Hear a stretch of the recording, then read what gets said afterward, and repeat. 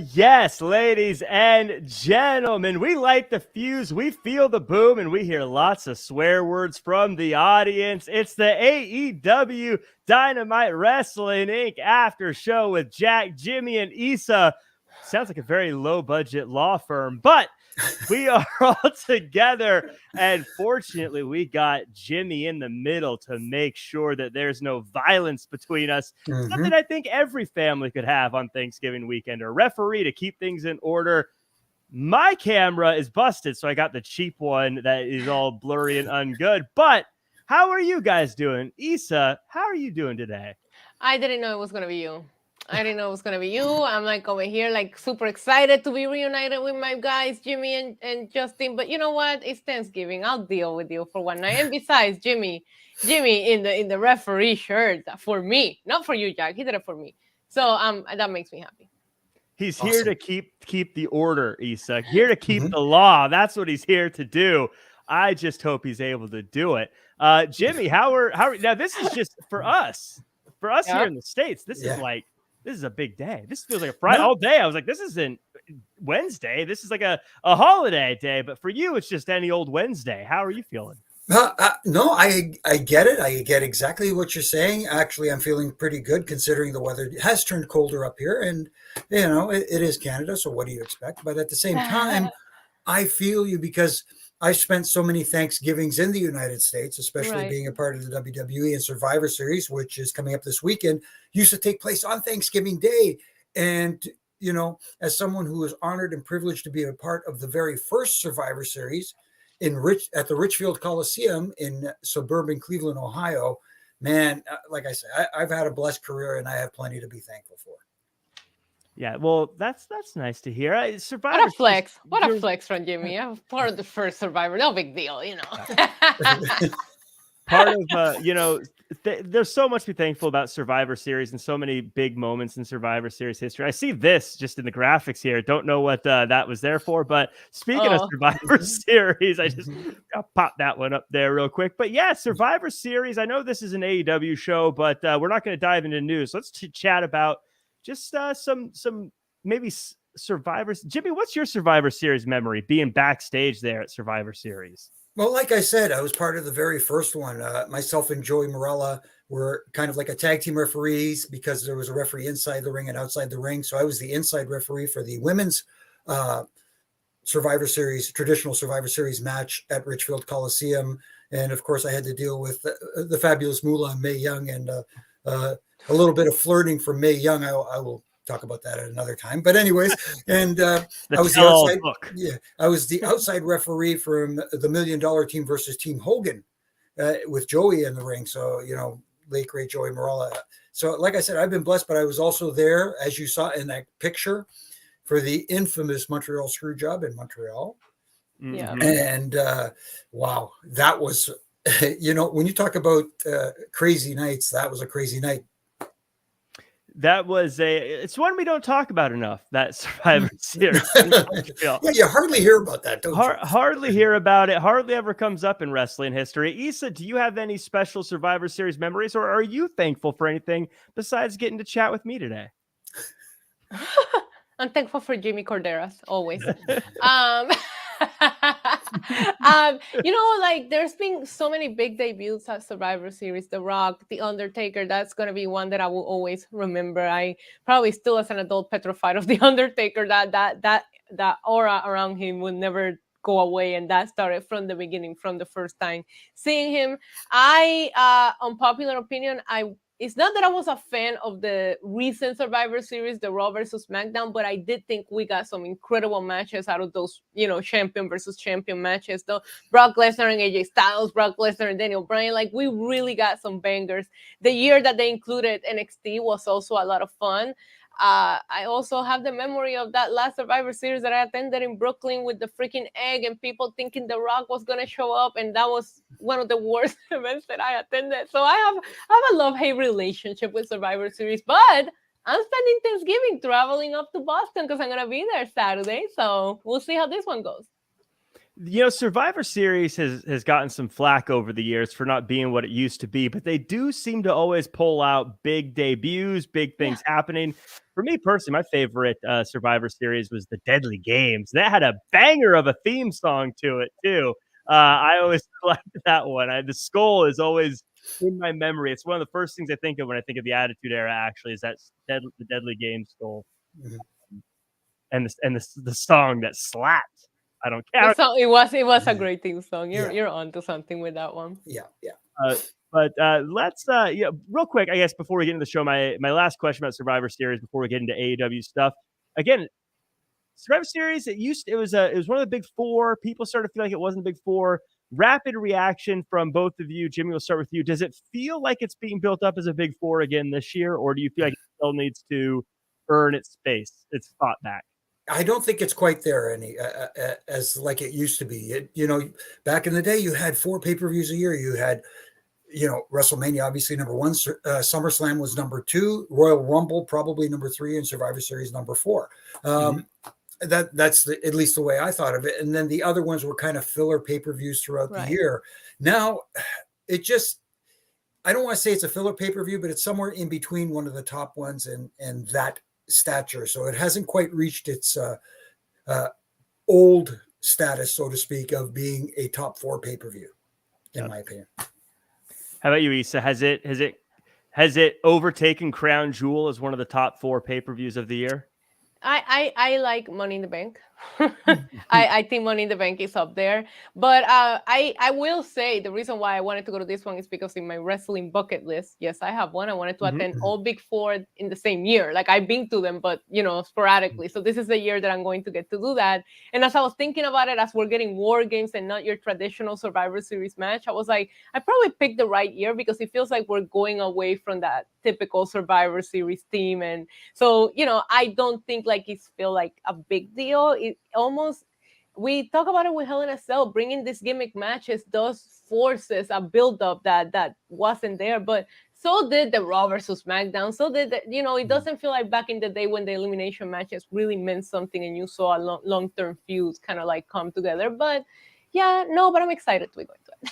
Yeah, it should be a fun show. Let's get into tonight's show now that we've given everyone a chance to settle in and find their seats. Before we do, though, I want to thank everyone who is listening on Spotify, iHeartRadio, Apple Podcasts. Leave that 5-star review. Leave a little comment in there, too, on Apple Podcasts. No one leaves nice comments anymore. It just makes people feel good. But if you're watching it on YouTube, like, comment, share, subscribe. And if you're watching live, thank you for joining us, whether you're Ian or Ricky or Ted or Joseph Boza, Justine or Ted Turner in the chat. We got M. Rouse in the house, D. Morgan, and then FCUK Slow. I'm not saying that name out loud. Bernie DC, Rich Antonio, Cross Bros. Thank you guys so much for joining us live. Jiff King, Dylan Matthews, Night One, and everyone else. Thank you guys so much for joining us live. Let's chat about this show, shall we? We start off with William Regal coming out, and he says that MJF isn't going to be there tonight. Then John Moxley comes out, confronts Regal, but Danielson stops him by slapping Mox, pleaded with Mox, trying to relate to Mox. And Mox doesn't attack Regal, but through his gritted teeth, Mox tells Regal to walk away and never back to run away. So this was a opening segment, and I want to start with Issa. I feel like if there was any question about whether or not it was the right move to have Regal help MJF, it was answered tonight. I thought this came off super strong. It was incredible. I loved it. But what did you think of Regal here? First of all, I know you're not part of the Wednesday crew, so you're not gonna get this. But Jimmy, who was right? Who was right about the booking of that match, please? Let me think about that for a second. Yeah. Well, we kind of both were on the same page, but you were on the page first. Yeah. You started the book just a few hours after me, but we were there, right? I didn't like this opening segment. I felt underwhelmed by it. I thought Moxley should have hit Regal and Bryan. If Bryan's gonna get in between them, why are you picking sides? You saw what happened. Why are you still defending him? I didn't like the Moxley that we have been sold for the last few months is unhinged, crazy. I'm gonna be the champion. I'm gonna do whatever it takes. I'm gonna bleed. I'm gonna leave it all out there. So to him to just be like, okay, Bryan, you're right. Regal, you better run. It just felt like whatever. Like he didn't care. He didn't care that he lost the title. I was underwhelmed by this, and I don't know. It felt like Bryan came out to just like kill all the momentum. I wanted to see the confrontation between Regal and Mox. Bryan had nothing to do with this. He doesn't have to come out and pick sides. And why is he still defending Regal? Something is cooking here. But Jimmy, isn't that what makes it great? Something's cooking. What's going on? Where's this go? Well, the one thing I really did enjoy is the reaction that Regal got, because that crowd was dead against Regal. And I was afraid that they were going to be cheering because, that crowd wants to cheer MJF. And they did at first cheer the MJF name until Regal told them he wasn't going to be there tonight to explain the situation. He'll be here next week to talk about it. And Regal is not saying anything about it until then. Normally I would say, hey, come on, you got to get people invested, but they did, I think, especially their audience that they're catering to. As far as the Mox coming out and getting cut off by Bryan Danielson, see, I keep doing that, Daniel. Takes a minute. I know. Bryan Danielson, I was kind of on the fence with that. Yes, I get what was going on. William Regal earned the respect to explain himself, and he's not going to explain himself till next week. I want to hear the explanation as well, but it also leaves a question mark in your mind. Is Bryan Danielson, see, I keep doing it, Bryan Danielson on Team Regal? And will he continue to stay on Team Regal, even though Regal kind of looked like he threw the towel in on one of his own? Right. After Full Gear went off the air, they did come out. Yura, Claudio, and Bryan came out to kind of like help out Moxley. So at that point, I'm assuming that the Blackpool Combat Club was choosing their side. But again, that didn't air. I know it was going around on social media on video. So that's not really the story that they were sticking with. It still seems like there's a weird decision to be made here. But to me, doing that after the show and knowing that people were going to blast it on social media, it didn't make me feel like, okay, Bryan picked his side. He's with Moxley here. So I don't know. Maybe he just didn't want him to hit Regal or whatever. Like, I don't know. I wanted to see Moxley just not maybe had that much patience. Maybe even a little pull apart, or maybe more than Bryan coming out and giving him the softest looking slap I've seen on TV in a while. That should have not been enough to stop Moxley here. Should have, like, the rest should have came out and they should have, like, I don't know, held him back or something and then tell Regal, get out of here. That's all. That's fair. It did feel, especially as they were in Chicago tonight, that it felt very much like Jon Moxley was filling in for CM Punk throughout this rivalry, because a lot of what MJF did and a lot of how they played out felt like it was supposed to be CM Punk in this whole thing. And you could imagine this reaction had it been Regal helping MJF beat CM Punk and then coming out into Chicago and CM Punk coming out to confront them, and how that would have played out. It felt like that was what was supposed to happen. Right. No one's talked about this, but there's some reasons that CM Punk isn't there right now. But I do want to give a little shout out. I think that where I want to give credit to Mox, because I thought that Moxley's like acting or performance over the past few years has gotten so much better. Like the way you could tell he was angry and the way he was, I think, maybe a few years ago, he would have just, did his swag walk around the ring a little bit, where now you can kind of see him going through emotions and stuff. I just think his performances have been very good. They've elevated. Of course. And they feel authentic because the crowd can buy into it. Whereas before, you look like you're playing wrestler as opposed to actually being wrestler. Always. And that's a difference. That's a huge difference. And people are buying into this Mox. Yeah, it's always an observation that I have, because back when he was, doing the Dean Ambrose thing, I feel like he felt a little forced. And I feel like Moxley is who this guy is, whether he's playing a character, acting or not. He just comes off as this is how he is in person. He's not trying to play a character here. There's a realistic side of Moxley that I really, really appreciate when he's out there. But again, because of that, maybe that's why I expected just a little bit more from him tonight. Okay. Because that's the Moxley that they have sold us. Yeah. Well, more to come, I'm sure. We get a quick backstage segment.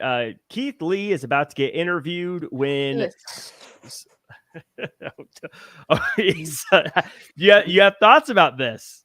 Yes, because we went from somebody resolving their issues by trying to talk it out to two other ones resolving their issues by trying to talk it out. And I'm like, I'm not here to watch freaking Jerry Springer or Maury. Like, I want to watch people fight. Like, if I want to watch people talk it out, I'll watch a talk show. Like, it's just, and Jimmy points this out a lot of Wednesdays, it's just the pacing on how they pace things. It's like, we went from people, nobody resolved any issues. Everybody just wanted to talk it out tonight. And I don't want to see that. I want to see people fight. Yeah. And Jimmy, I'd love for you to talk or to speak about that.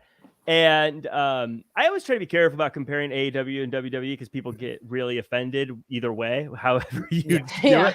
But you're on the payroll, buddy. But the WWE is they've been around for a while. They've been doing this for a little bit, and they've got some systems in place. And you've been backstage, and I'm sure WWE would probably have a team or someone look at this to make sure you're not doing those things one right after the other on a show. Right. That's one of the things about AEW is they do tend to repeat a lot of similarities throughout the show.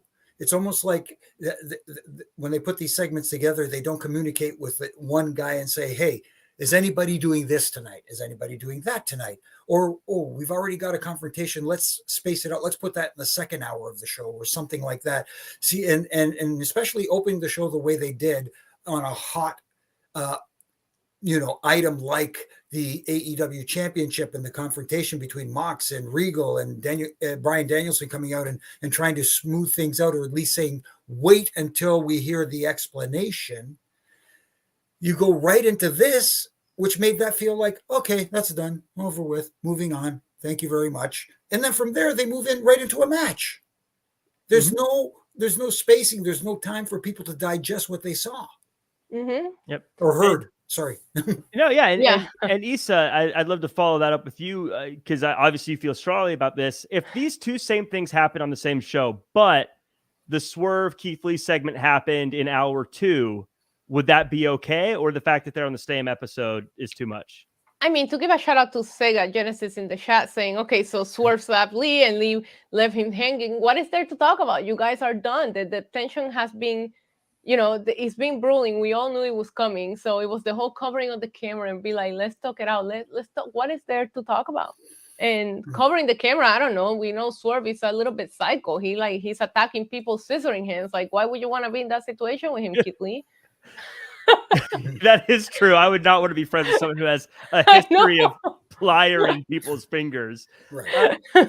You're right, though, because I feel like the idea of what they're trying to do is to get Keith Lee to trust Swerve one more time so Swerve can backstab him. But I feel like we've been on the edge of this cliff for so long. When is Swerve going to just backstab Keith Lee? Like, just get to stabbing already. There's that fine line. You want to take your time to tell that story to get to that climax, but at the same time, if you take it too long, then people will tune out. Yeah. Right. So, I'm ready for these guys to have a fight. Just let them have a match already. Nothing wrong with that. Nothing wrong with that. It is wrestling, and we would like to see some people wrestle, and it took about half hour before we got to it. Well, we did get to it. We did get to it eventually, and what a way we got off to it. We before we get there, we got Aaron Sachs in the chat saying Issa is bad AF and she loves wrestling with the super chat. Thank you. Tremendous. So we get our first matchup, and I'm surprised they didn't advertise this. Jake Hager versus Orange Cassidy for the All Atlantic Championship. Silliness and fun in this one with lots of outside shenanigans. The story is Orange Cassidy escapes a submission by knocking the bucket hat off of Hager's head, and this makes Hager release the hold to get the hat and open himself up for an orange punch, and OC retains. And then the Factory comes out, but it's overshadowed by the return of the House of Black. They take out the Best Friends and the Factory. The crowd seemed to love the House of Black, but Issa, I got to ask you, are the House of Black sweethearts or scoundrels? I don't know what they are. But I'm already not excited about the positioning that they're putting them in. I think you had him interrupt the Factory. I'm sorry. Oh, they're coming for QT Marshall. I'm so scared. You know what I mean? And it's like the trio titles are very tied up for at least the next, I don't know, 6 months, because these two are going to have like a best out of 300 match. So listen, I'm happy to see them back. I thought Malachi Black looked great, but I just didn't like the spot where they had him. First of all, this match was a joke. Everything, it ended up being a comedy spot, and I get it, good times, like haha, it's funny. And I promise you, I enjoyed tonight's show. It was just these first 3 things that I just got over real quick. We'll get to it. Wait till we talk about Ricky Starks. I'm ready for that. But I mean, the presentation of the House of Black has always been on point, but it's like taking out a bunch of nobodies. Okay, great. That's what they did the first time, and look at how well that worked out for them. Right. Well, the nobodies they took out were the Death Triangle, the current trios champions, but nope. No, they took out Orange Cassidy and Friends and the Factory. I'm talking about tonight. Oh, tonight. I thought you meant before they left.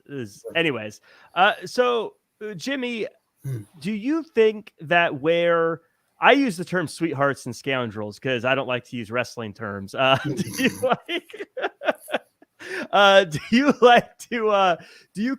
think, are we supposed to love the House of Black or are we supposed to fear them?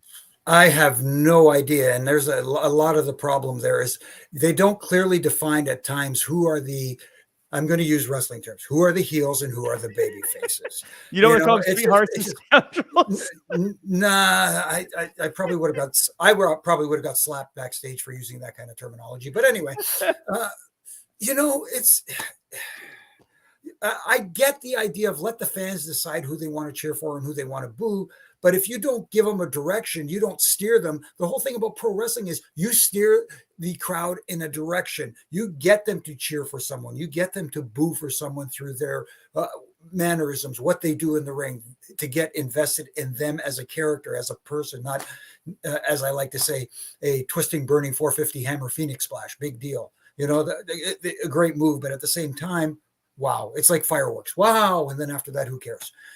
You got to get invested in characters. And if you don't know whether they're good guys or bad guys, how do I know whether I want to cheer or boo? I don't know. And especially when you're pairing them up with other people that you don't know which side of the fence they sit on either.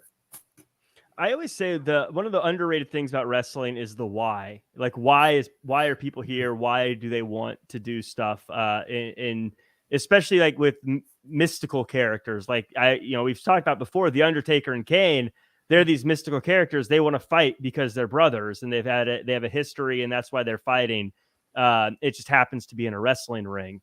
With House of Black, I always thought one of their issues was, why are they wrestling? Like, what's their reason for being here? They don't seem to not care about titles and things, and so they would say like, oh well, we want to take out the night, Cody Rhodes. Okay, well, you did that. Now what? Like, so that's always my kind of issue that I think a lot of times doesn't get mentioned. But I quick things here too.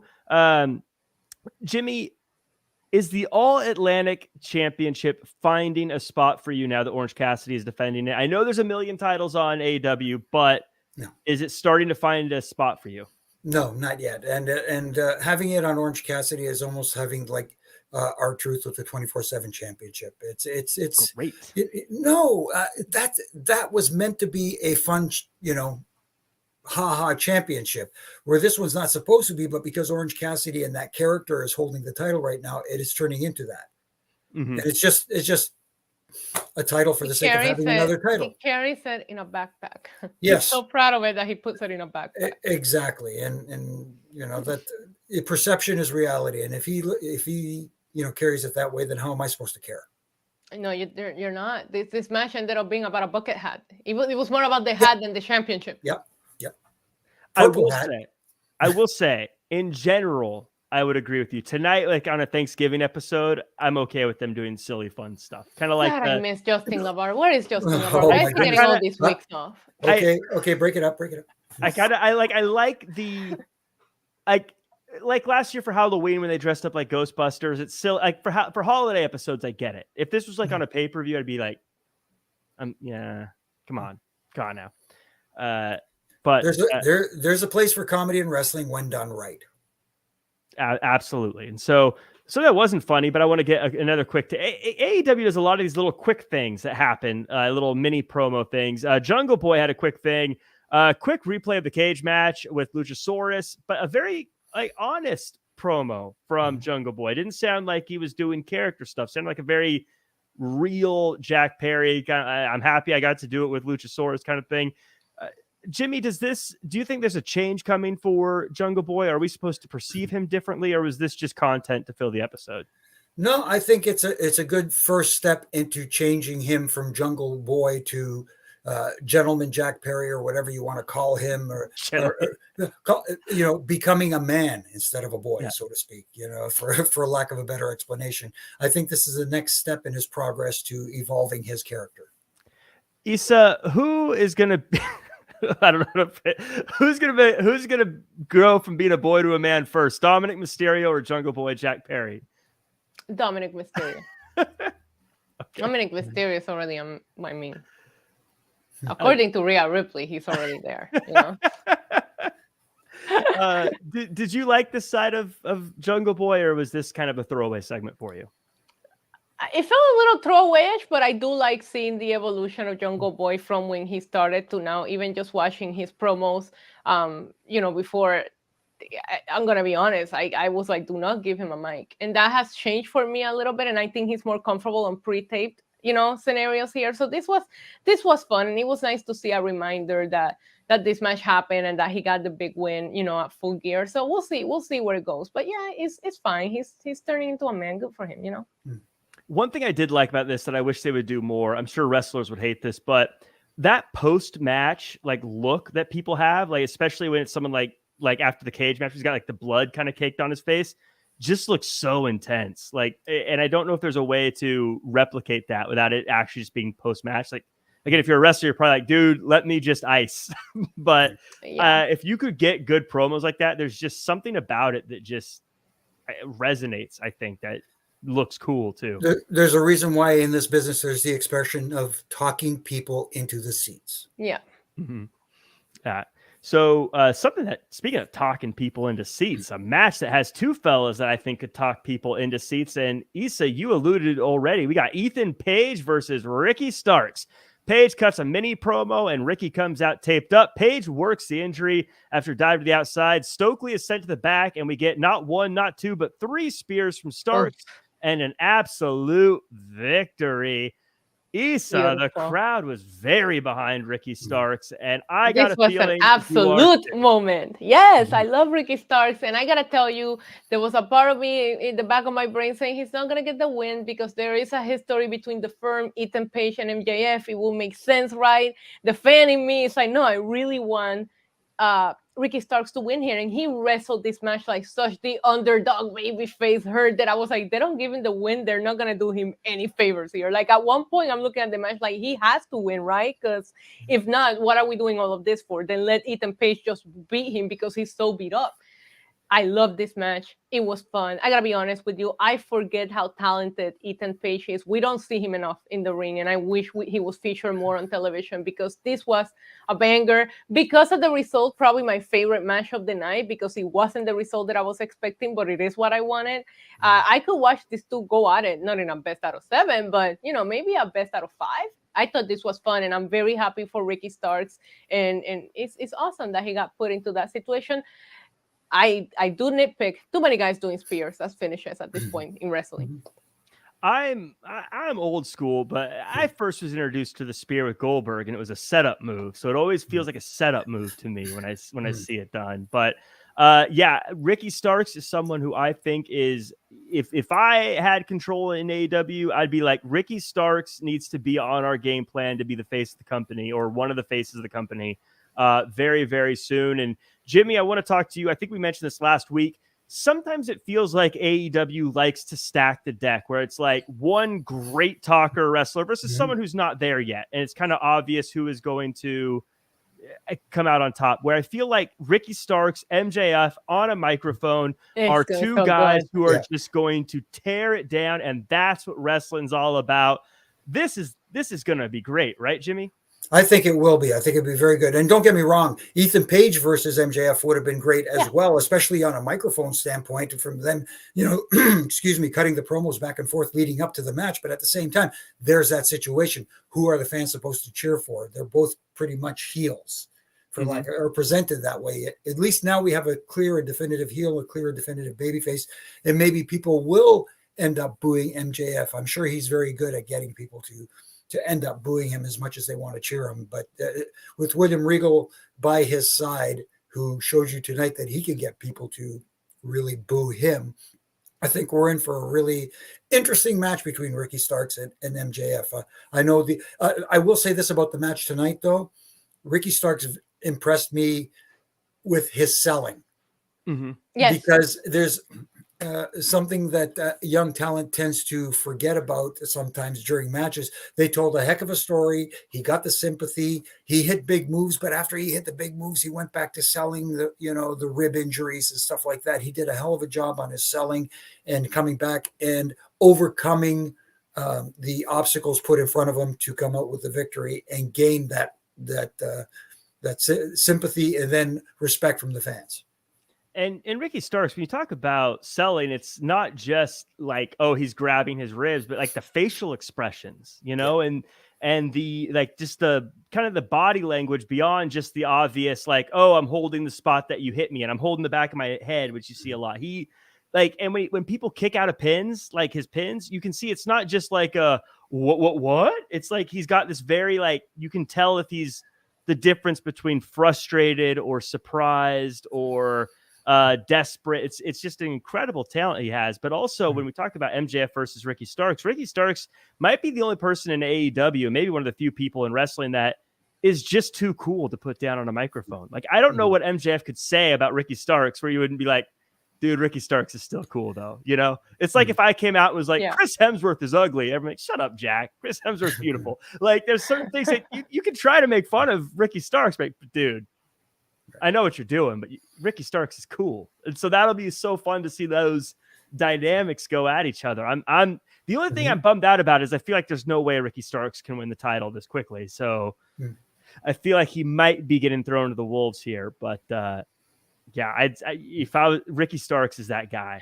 Maybe MJF takes the, hey, I waited a long time to be in this position and I'm not going to let you or anybody stop me, and go in the direction of I'm willing to do whatever it takes to remain champion instead of trying to put down Ricky Starks at that point, Well, we have a couple of super chats about this. Sega Genesis, by the way. Real MVP Sega. Talk about Thanksgiving. First off, Sega Genesis says Ricky Starks versus MJF, if done right, is money. I almost didn't want Starks to win because I wanted to see a bigger build towards the next pay-per-view, but I hope that this is only the first chapter between he and MJF, and that's what I was kind of alluding to. I agree with you there, Sega Genesis. But that's not the only super chat from Sega Genesis, because Sega Genesis GOAT status right now adds they can both talk you into paying attention, talk you into a program while also smack talking their opponent. They can both sell, both build the spots instead of spamming big moves. I agree, Jimmy. They can tell a story. Jimmy, you got called out by name by the Roman Reigns of the chat here, Sega Genesis. What are your thoughts on what Sega Genesis just said? Thank you, Sega Genesis, first of all, for the super chats. But you're right. It's getting people invested in the stories, and that's exactly what they're doing. And Ricky Starks is doing that. And making people wait till next week to hear MJF's explanation for what happened or tell his side of the story or whatever the case may be. And then he's a guy who, like I said earlier tonight, and for weeks now, that although fans want to cheer him getting on Ricky Starks can turn that, because people like Ricky Starks is over with the audience. So he could turn that audience and turn himself into a big time heel. And hopefully, again, Like you said, Sega, this is the beginning of a lengthy program leading up to whatever the next program may be with whoever it is. I mean, I'd be happy if this was one of those things where Ricky loses and then has to climb back up, and we circle back a year down the road, and Ricky Starks is the one to win the title. Again, circling back later on. Right. Right. We also got a couple extras. Terry Allen Jr. Sorry, I missed this one during the part we were talking about it. William and Brian, William Regal and Brian Danielson. Strong, deep bond between them. I think is the idea that he's still Team Regal. Terry Allen Jr. first name basis with William Regal and Brian Danielson. But I get what you're saying there. We also have another super chat, Sheed Black. I got you, but I'm gonna ask you that. I'm gonna ask this question in just a second when it feels like it's appropriate. So we got. I'm whispering because it's just between us. No one. All right. We just get a quick segment here. Wardlow says Joe isn't the most dangerous man in the room. He is. It looks like we're gonna get a one-on-one match at some point down the line. Issa, big meaty men slapping meat. I'm still mad that Wardlow lost. Are you? Yes, very. Do you not feel like this frees up Wardlow for other things? But why would you want to freeze him up? They never did. They should have done so much more with his run as TNT champion. He's not going to go into the world title picture, and I don't want him holding one of these million belts that nobody even knows what they are. Like, at one point, I think it was Daniel Garcia stepped into the ring, and I'm like, what is he the champion on? Like, that's not where I want to see Wardlow at. You know, I forgot what belt he was holding because there's so many. And I just feel like Wardlow's somebody whose momentum they really didn't capitalize on. And they could have done more here. But yeah, I mean, big meaty man slapping meat. I would like to see a one-on-one match between the two of them, but I'm just not happy about the result. However, obviously you can never bet against Samoa Joe. You'd be stupid to not be like, oh my God, Samoa Joe won. Of course he won. You know, this Samoa Joe. But it was, you know, it was a great match, actually. Very meaty. Yeah, every time I think about Samoa Joe and betting against him, I can just hear Samoa Joe's voice saying, "Are you going to bet against me, Jack?" And I say, "No, no, sir, no, sir." You know, I tweeted him once and he liked it. Where I was just like, Samoa Joe should create one of those apps, like a speaking app where you set it as your alarm clock, and he just like gives you one of those weird speeches every morning. You'll get up real scared, real quick. Yeah. Oh yeah, you better get up, Jack. Yeah. Now, Jimmy, I think where they missed the boat with Wardlow and his reign is I feel like Wardlow is a spectacle in a way that maybe we talked about this last week, but I feel like you could have had him defending that TNT title every week, even if it's against people from AEW Dark. You just want to see Wardlow come out and beat people, almost like a Goldberg in the old days, where you're like, okay, he's fighting Jerry Flynn for the 600th time, but I like seeing Goldberg come out and spear people. I kind of feel like they could have just had Wardlow defend that title against Dante Martin and against the Factory and against whoever.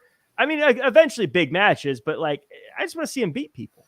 No, I get that, but at the same time, you can only take so much of him beating talent like that. You need him to beat some name quality talent, and you know, if you want the title to mean something, not only put it on someone like a Wardlow and have him defend that title successfully, and you know. What's the word I'm looking for? I'm looking for the word here with prestige, like build with prestige. Yes, and build it.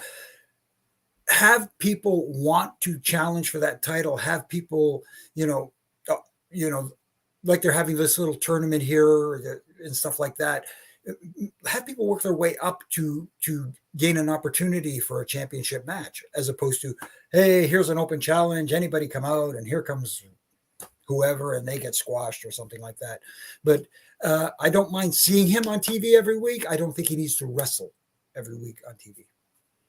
Well, we'll see what happens next. Now we got a little segment here. Jade Cargill and Bow Wow have had some back and forth on social media. And TMZ reported that Jade Cargill was, I guess, confronted Bow Wow, and after the whole thing, Kiera Hogan gets fired. Issa, Bow Wow, the single greatest musical wrestling special guest of all time? Bye, Jack. Bye. Wow, it's a good thing I wore this shirt tonight. I mean, I can't think of a single musical guest that is a bigger star and just a bigger person to add to a pro wrestling event. Can you? Jack, were you dropped on your head when you were a baby? like I had to. Some of your takes are just not normal. I'm kidding. Jack, I got nothing but love for you. I did say the yesterday. I don't even know where I said it, but I did say that the celebrity bar has been raised, and I'm not just talking about Bunny. I'm talking Logan Paul. I'm talking like there is a different expectation from wrestling fans now for people coming in. So we'll see what happens here, because I do think that some people have really stepped up to a new level. So now it's not a matter of let me just come in and get some clout. It's very true. If Bow Wow doesn't jump off the top turnbuckle through the announce table, I don't know if it's even worth his time while selfieing himself. But that leads me to a question, Jimmy, it was a super chat, and Sheed Black, I want to give you a big thank you for being patient. But Sheed Black, Jimmy, you specifically need to help with this. Sheed Black asks, Jimmy, you reffing the Logan and Bunny beef. Who's getting the 3 count? Who's winning? Logan Paul, Bad Bunny? Pick a side. Feet to the fire. Hey, you know what? I'm not picking a side. I'm strictly a cash guy. Whoever's got the cash. Oh, they're both loaded too. Well, I was like, I don't know. I know. I was about to say, well, this one has more money, and I'm like, no, wait a minute. Both of these guys are pretty freaking. Yeah, I think both of them have more money than I would guess too. Like, I think they have a lot, but I bet they have more than I even think.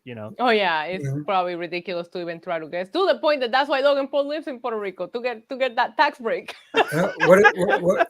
Who used to say it? Show me the money. That was Tobey Maguire. My God. Yeah. Not Tobey Maguire. That's Spider-Man. No, it was Tom Cruise in the one movie, the sports movie. Yes, I know what you're talking about. With Jamie Foxx. Yeah. I just forgot the title. Now it's gonna drive me crazy. Let us know in the chat. It's driving me crazy. I keep wanting to say Tobey Maguire, but that's Spider-Man. Yeah. Jerry Maguire. Jerry Maguire. Jerry Maguire. That's what it is. Okay. You were close. I was about to say Mark Maguire. Like, wow. You got the Maguire part right, at least. Bernie DC got it first. There you go. Thank you, Bernie. But we also have a few chats we'll just get to now from Jeroy J saying people should treated like sheep. Let them cheer or boo who they want. Heel babyface is archaic, which is why I use sweetheart and scoundrel. I know you're saying heel and babyface is archaic, but it's been the wrestling business since its inception. And when you treat it like it's supposed to be treated, like entertainment, and I know you guys hate that term, sports entertainment, which is exactly what it is. You're guided. When a guy's acting like a total jerk, you want to cheer the guy that's acting like a total jerk? You want to cheer people who are not nice, right? I don't know. No, I mean, because in wrestling, sometimes I think we overthink it a little bit. Yeah. But I look at like what's the most successful film franchise of all time right now. It's Marvel, and every one of them is a very clear-cut good guy and a very clear-cut bad guy. Mm-hmm. I used to think differently about this because I'm like, okay, times have changed. It's cool to boo the bad guy, but then you get somebody like an NJF that's really good at being a heel, and he ends up turning the crowd around, and you go, you know what? There's still a little bit of that old school mentality that should still be that should still be a part of professional wrestling. And yeah, you're right. I mean, I personally like the bad guys. Like, I boo the people. Like, I always go for the people that you shouldn't like when it comes to every decision that I make in life, actually. But anyway. but Issa, there's a difference between enjoying someone's performance as a bad guy, right, and just playing along, let's say, for lack of a better term. Agreed. But I would also say too, like, you can cheer for someone that can be someone you like, but also at the same time you understand that they're not why good. They're correct. Like, I think Magneto is a cool supervillain, but I'm not like, he's a good guy. I cheer for his motives. You're like, he's still a bad guy. I personally think that Thanos makes sense in what he was trying to do. Oh yeah, Thanos was speaking truth. Thank you. Hey, let's go over to the other side. Let's go to DC, and Batman was always that guy that kind of walked the line. Right. But at the same, at the end of the day, he was a good guy. Yes, exactly. He walked that line, but very rarely did he cross it. But he always came back. Right. You're never like, I like the jewel thief. I like the person that's mugging people. I cheer for that person, But Jeroy J also adds, the spear is dumb. I agree. I don't know if it's dumb. I don't know where Dylan is getting his map from. Now, I will stand up for Bad Bunny here because his this tour that he just finished literally gross, I think it was $23 million. So there's no way that he's only worth 18 when he just literally finished a tour worth more than that. Bunny. Just saying. Logan Paul. Show him the money. Show Jimmy the money. Logan Paul. And for those who are on the audio only version, the GIF King, Dylan Matthews with 100% accurate reporting. With Logan Paul's net worth is $45 million and Bad Bunny is $18 million. Dylan says he found it on the internet, and the internet is never. You believe wrong. everything the internet says? Yeah. Why would you poor thing? Why would it go on the internet if it's not true? Listen. Now I sound like Max Caster. Listen. Everything you say after this needs to rhyme. We're not to that part of the show yet, but the Elite come out to face the Death Triangle in match 2 of 67. The crowd is hot for this one, and it starts with a handshake. The Elite take the face protection off of Pac and almost get the win when Omega hits the GTS. And the Elite use a low blow, and Matt Jackson almost uses a hammer, but Penta has one of his own, hits Matt Jackson, and Death Triangle gets the win, but Phoenix isn't happy about it. Lots of stuff in this one. Issa, I want to start with you. CM Punk. I want you to take all the CM Punk stuff that was involved in this match, whether it be the crowd's reactions, the use of biting by Kenny Omega, and the GTS. What do you think this means? Does it mean anything? Do you love it? Did you hate it? Thoughts? It was so obvious. They're just playing it up, right? And you're in Chicago, like you have to. They played it up in New York. The FC and chants were like crazy. And if you watch BTE this week, you notice that they stopped and placed it in there and stopped the music, so you make sure to hear what they were saying. I like the banter. I'm not gonna lie. Like, I don't know what it means, but am I here for it? Yeah, I like the trolling a little bit. I don't know that I'm a fan of this going into a best out of 7, and also not this way. Like, I thought it would be competitive, 1-1, 1-1. Like, I don't want the triangle to blow a 3-0 lead, Sheamus versus Cesaro style. Like, I thought they would go back and forward. So I did think the Elite was gonna win here tonight, and then the use of the hammer. I do not need these matches to all feel the same. However, it was awesome. It was epic. I love all the bantering. I love all the crowd was on fire here. They were being savages. They were not behind the Elite. And to what we were talking about, the whole baby face and heels, it's funny how the Elite has to change what they are depending on what city they're in. They were the biggest baby face and the biggest pop of the night at Full Gear. I was there. And then tonight, it was like the complete opposite reaction. Granted, it's where they're at. But, oh my God, it was the jabs at CM Punk were so obvious here, but it didn't take away from the match for me. I just didn't think that the match felt that much different than what we saw. And if they're gonna do them, I think they're gonna take a break at some point. But if they're gonna do them week after week, I need to see something just a little bit different, just so I'm not getting the same, things. Jimmy, this was, I guess, two bits. How do you feel about the shots at CM Punk? I'll say this. I love conflict in pro wrestling, so I like it when people take a harmless shot like this kind of stuff. I think this is fun. I think it's cool. I'm here for it, whether or not he's coming back. I like conflict in pro wrestling. So I would love for you to speak about that, but also, can they do this 5 more times? That's going to be the interesting challenge. And as far as the CM Punk stuff, hey, you knew it was coming. They were in Chicago. It's kind of like this match. You knew what you were going to expect. You're expecting a spot fest 6-man tag match, trios match, whatever you want to call it. But that's the problem, though. Like Issa said, how much different can these matches be if you're going to go the full 7 matches? You know what I mean? It's just, there's only so much you can do to make it go crazy. And there's so much going on. It's just, try to remember. There was a lot of good stuff. Don't get me wrong. There was some stuff that made me go, ooh, that was good. Yeah. Oh, that was awesome. Oh, that was pretty good. But at the same time, there's like, okay, he just tagged in, but he just tagged in again. Jimmy, I timed it. It took 40 seconds before everybody was in the ring and the ref wasn't keeping track of who was the legal person anymore. Exactly. And that's, if, as a former ref, yes, I get it. It's not about you, but at the same time, there has to be some kind of rules enforced and followed, or else, there's no cheating involved. There's no shenanigans involved. It helps tell the story of a match, especially in tag matches. That's my only issue with this. Other than that, it was entertaining. There was a lot of good stuff, and it was exactly what I kind of expected, a spot fest. Imagine the reaction from the crowd if Kenny would have gotten the win with that GTS. That's the missed opportunity. Sorry, I was going to say that too. They had a missed opportunity to get some tremendous heat from this crowd. Can you imagine if the Elite goes over in Chicago and then they just rub it in just that much with more? The GTS, with CM Punk's move off. I know, maybe I'm choosing violence here, but I really wanted to see that.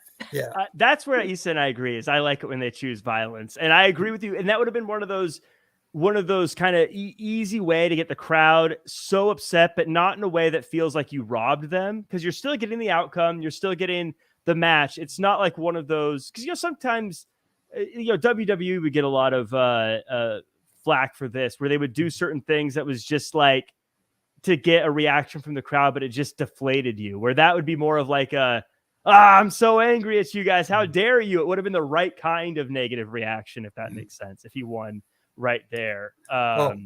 There's one other thing that kind of bothered me at the end of this match. They go to the finish and stuff like that, and the referee walks by, sees the hammer in the ring, picks it up and just leaves. Like, no question, like, hey, at least do a little, what the heck is this doing here? You know what I mean? That kind, but nothing.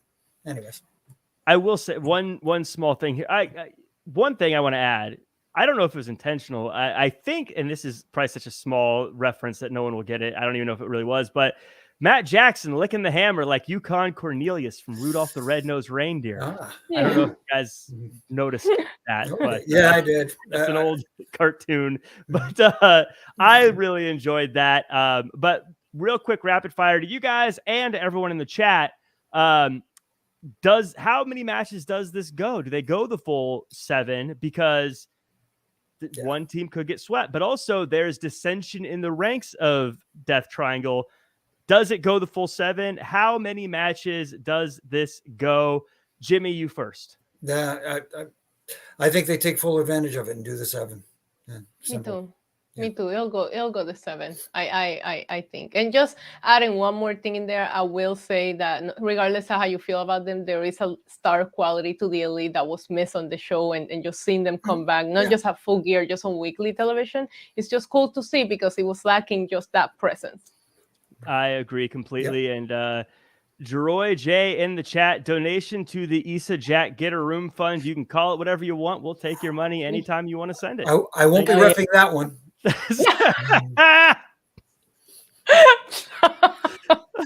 And boom goes the Dynamite. That's why they call it this show. Renee has an interview with Jamie Hayter. This might quietly be some of the most newsworthy stuff of the show. Yes. Thunder Rosa officially relinquishes the championship, and Jamie Hayter is officially the champ. Britt does cut off Jamie Hayter a little bit, so we've seen some stuff there. Then we get a 3-way tag match, Hayter and Britt versus Willow and Sky Blue versus Anna J Appreciation Society and Tay Mello. Lots of stuff there. Hayter and Baker get the win here, but I want to start with the big news. And I want to start, Jimmy, I'll start with you because I know you hate this, the interim championship thing. And by the way, it's retroactive. So Tony Storm is now considered the champ, not the interim champion. Are you happy that this is what they did? Are you happy with this outcome? I'm happy that they did it. I'm not happy that it took this long to do. I'm not a big fan of this interim championship situation. Look, if the champion can't go, then the champion can't go. Guess what? You relinquish your title and you crown a new champion. That's all there is to it. I like that they did this. I don't like the fact that Thunder Rosa is going to be out a little longer. I wish her all the best, obviously, But and now getting to the match itself, we have this three-way. At what time? At what time it was, Jimmy? Yeah, right before main event, as usual. But the other thing too is why? What were the stakes? What was the reasoning for it? Was there, it felt like filler.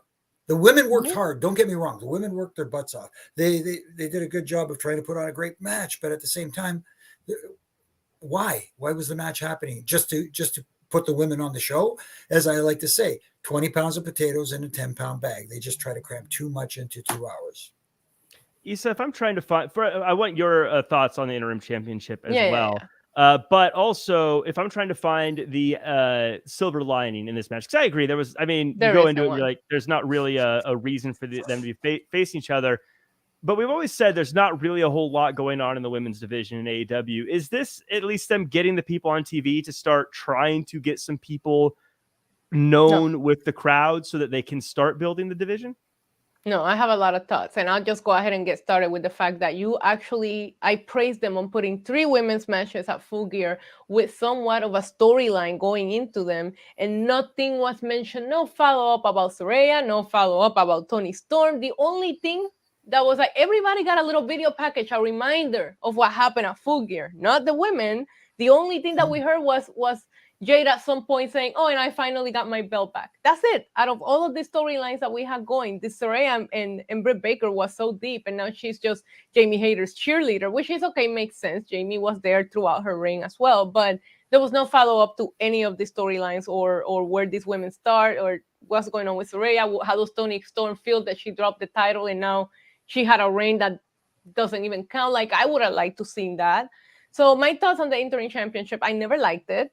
I will say, if you want to be fair, then give it a time period. Like, let's say 30 days. And if you're not back by 30 days, then we'll go ahead and get it. I don't like it, period. But if you're forced into that situation, then do a time frame of when the title just doesn't becomes the real championship. Very happy for Jamie Hayter here, but this match was just thrown together to put the women on their normal time spot on the show, and it was disappointing, especially after feeling like they made a little bit of progress. Yeah, it's I don't feel strongly one way or the other about the interim having an quote unquote interim championship, but it did feel like, I think because it happened like a lot in a very short period of time. They had a lot of them, so it started to feel a bit silly. I don't really feel super strong one way or the other, but hopefully Thunder Rosa's okay. Do we know what is going on with her? Have they released any information about like what that is? Does anyone know? Some back issues. It was something to do with her back last I checked. Well, hopefully get well soon. Yes.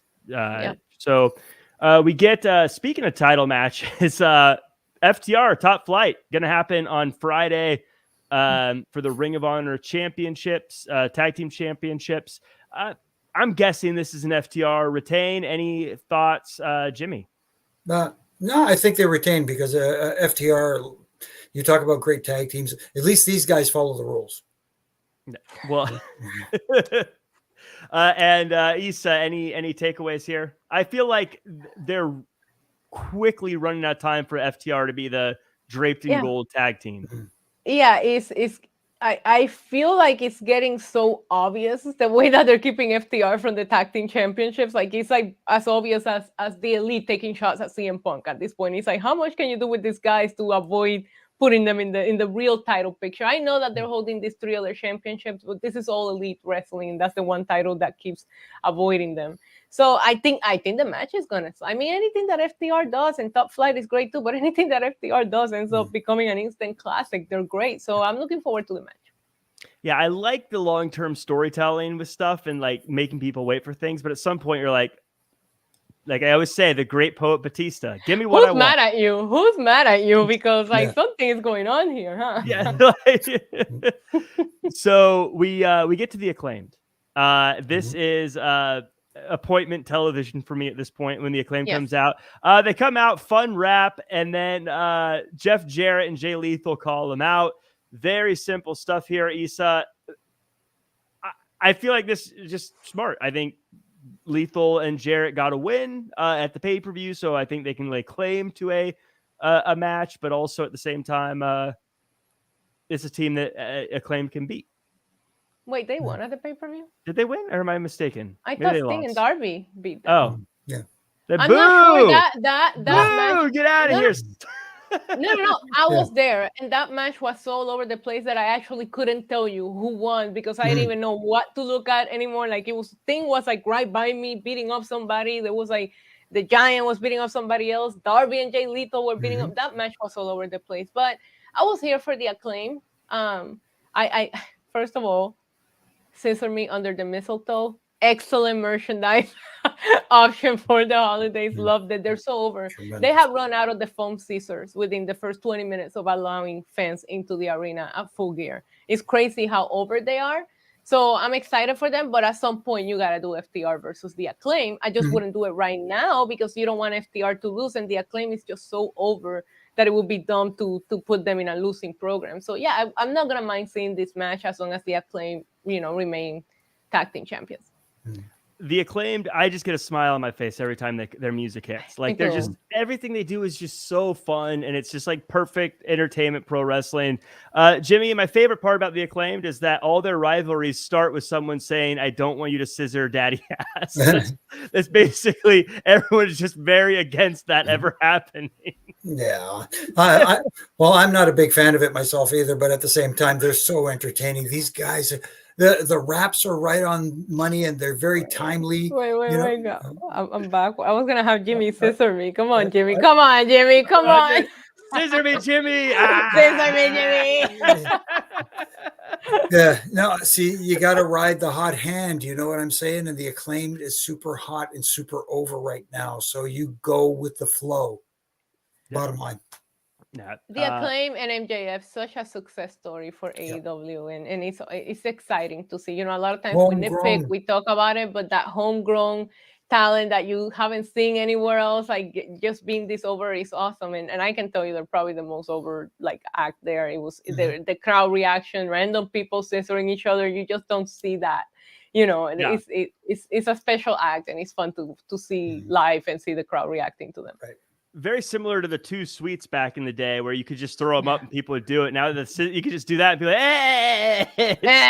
hey. But also, if you want to talk about the other guys, it's also like an old tag team that used to say, "We got 2 words for you." Yes. There you go. We get a main event here. Tomohiro Ishii versus Chris Jericho. Look, Jericho's chest got split open from chops, and he kept on going.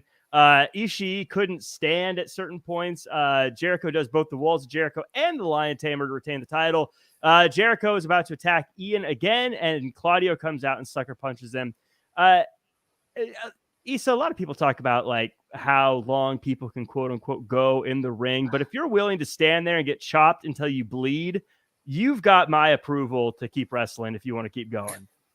Jericho always has my approval. He's so good at reinventing himself. Everything that he does just feels like a new chapter of Jericho. It should be a book when he retires. It's all of the times that he reinvented his character. And he looks great.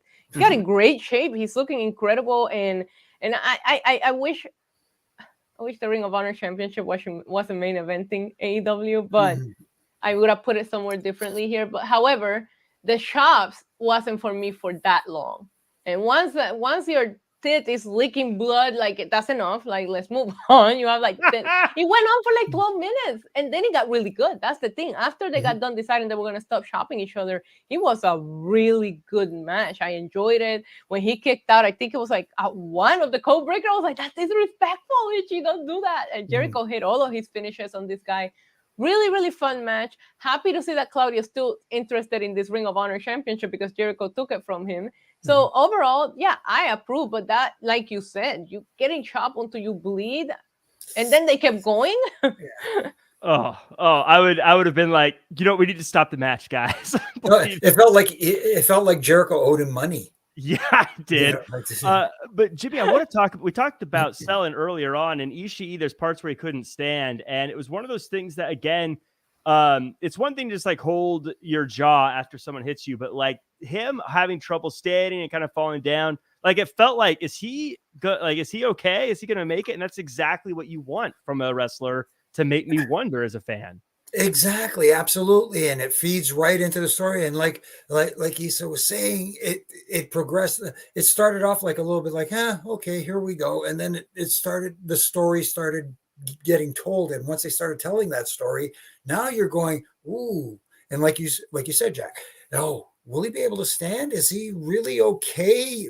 Now even you watching at home are starting to question, hey, I hope he's okay. I hope he can get through this. Hilarious, because I did a watch along, and that's literally what we were all saying. Is he okay? Yeah, Like, exactly. When you do that and you get the audience, uh, you've done your job. And of course, leading into the finish where he fought that the lion tamer or the sharpshooter, the Boston Crab, whatever you want to call He it. does it was the Walls of Jericho when it's low, and then the lion tamer when it's high. Yeah, so he fought through the Walls of Jericho, and then it took him how many attempts to finally get the lion tamer on to get him to tap. So the story progressed. It told a good story, and you're right about Jericho. Jericho's awesome. so good. Yeah. Did you guys catch the commentary? Sorry to interrupt you, Jack, but Yeah. did you catch commentary at one point in this match? Taz was like, "Oh, I dismissed Tony earlier, Tony Schiavone, and I want to apologize. That was disrespectful." And then he said, "Did Tony Khan yell in your ear?" And I'm like, "I feel like you guys should handle this backstage." Like, it was a little tea there. I was like, it didn't feel like it was part of their funny commentary banter. It got very weird on commentary. Yeah, I thought I just missed something when No, you that happened. didn't. I thought I was like, oh, maybe there's just something I wasn't like paying close to, and I missed. Like, so I this blew it man's off. chest is bleeding, and you guys are getting yelled at by Tony Khan. Come on, get it together. So yeah, it's Vince McMahon now that he's got a part-time job now at AEW, yelling at the commentary team. So we have I have a question for you, Jimmy, because you've been around pro wrestling for a long time. You've seen a lot of wrestlers come and go. You've seen a lot of good ones, a lot of bad ones. They said multiple times that Jericho could become the, quote, best Ring of Honor champion ever. Ooh. In your opinion, what makes someone the best champion ever? It's everything, ticking off all the boxes, not just being good in the ring, being able to talk, carrying yourself as a champion and elevating that championship. If you're a wrestler who can elevate the championship as opposed to the championship elevating you, then that makes you a great champion.